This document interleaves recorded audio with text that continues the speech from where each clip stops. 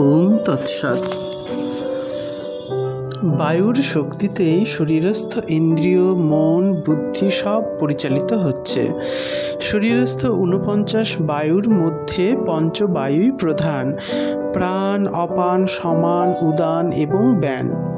পঞ্চবায়ু শরীরের 5 জায়গায় অবস্থান করে 5 প্রকার ক্রিয়া করে, যেমন মূলাধার চক্রে ক্ষিতি তত্ত্বে অপান বায়ু, স্বাধিষ্ঠান চক্রে অপতত্ত্বে অপান বায়ু, মণিপুর চক্রে তেজ তত্ত্বে সমান বায়ু, অনাহত চক্রে বায়ুতত্ত্বে প্রাণ বায়ু, বিশুদ্ধাক্ষে ব্রহ্ম তত্ত্বে উদান বায়ু, সর্বশরীরে ব্যান বায়ু।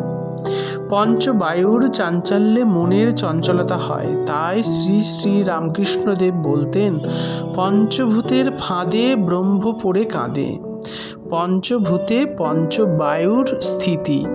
ক্রিয়াযোগ প্রধানত তালব্য ক্রিয়া, প্রাণায়াম, নাভিক্রিয়া, মহামুদ্রা ও যোনিমুদ্রা, এই কয়েকটি ক্রিয়ার সমষ্টি।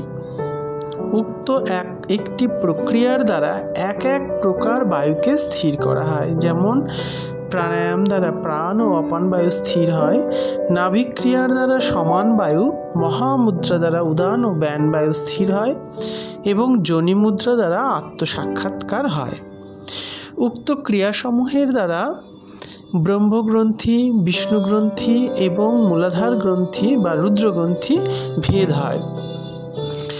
পঞ্চবায়ুর মধ্যে আবার প্রাণবায়ু শ্রেষ্ঠ। প্রাণ কর্মের দ্বারা মুখ্য প্রাণবায়ু স্থির হলেই অপর সকল বায়ু স্থির হয়। বায়ুর স্থিরাবস্থায় যোগযুক্ত অবস্থা, মন প্রাণের সঙ্গে মিলে একীভূত হয়, তখন ব্রহ্মদর্শন হয়।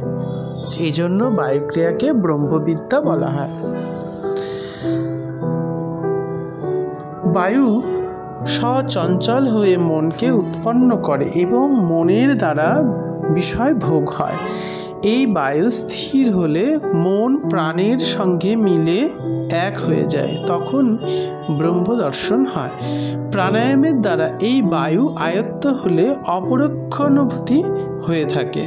এই বায়ুর সাধনই জ্ঞাতব্য বস্তু।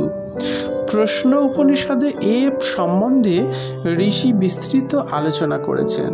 বায়ু সকলের শাসক বলে সেই ক্রিয়া সম্বন্ধীয় যে নিয়ম বা বিধি আছে তাই শাস্ত্রবিধি। এই বায়ুর ক্রিয়াকেই ব্রহ্মবিদ্যা বলে।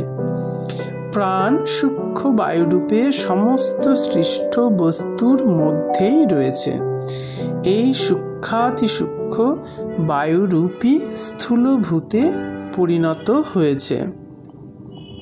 স্থূলভূতের এই স্থূল অণু, যার জন্য স্থূল ভাব দর্শন হয়। আবার বায়ু দ্বারাই তার স্থূলত্ব নাশ হয়। এজন্য প্রাণ ক্রিয়া, বায়ুর ক্রিয়া করা প্রয়োজন। মন স্থূল চিন্তা করতে করতে একেবারে স্থূল হয়ে যায়, তখন আর সূক্ষ্ম চিন্তা করতেই পারে না। প্রাণ ক্রিয়ার দ্বারা মনের এই স্থূলতা নষ্ট হয়। এই প্রাণই রুদ্ররূপে নাভিতে আছেন। উহা তেজস্থান। এ স্থানের শক্তি থেকে বাক্য স্ফুরিত হয়। এই বাক্যের যত বিস্তার হবে ততই প্রাণের চাঞ্চল্য বৃদ্ধি পাবে। প্রাণের চঞ্চল অবস্থায় মন। এই চঞ্চল মনই জীবকে মৃত্যু পাশে আবদ্ধ করে। যজুর্বেদে আছে, মরুত শিব মরুত ব্রহ্ম।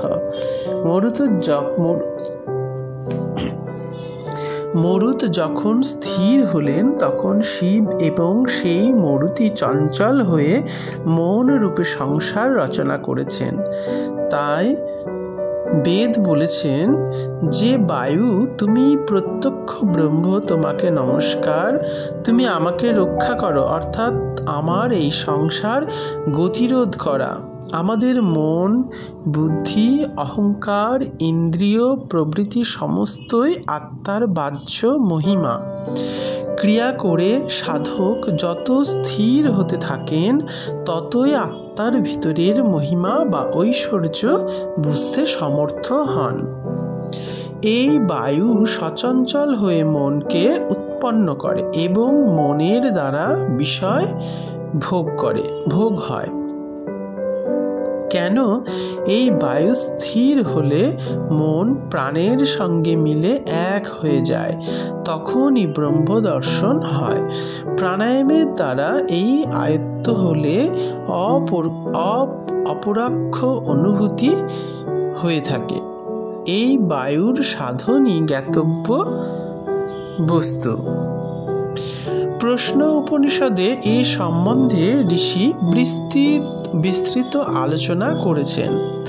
বায়ু সকলের শাসক বলে সেই ক্রিয়া সম্বন্ধীয় যে নিয়ম বা বিধি আছে তাই শাস্ত্র বিধি।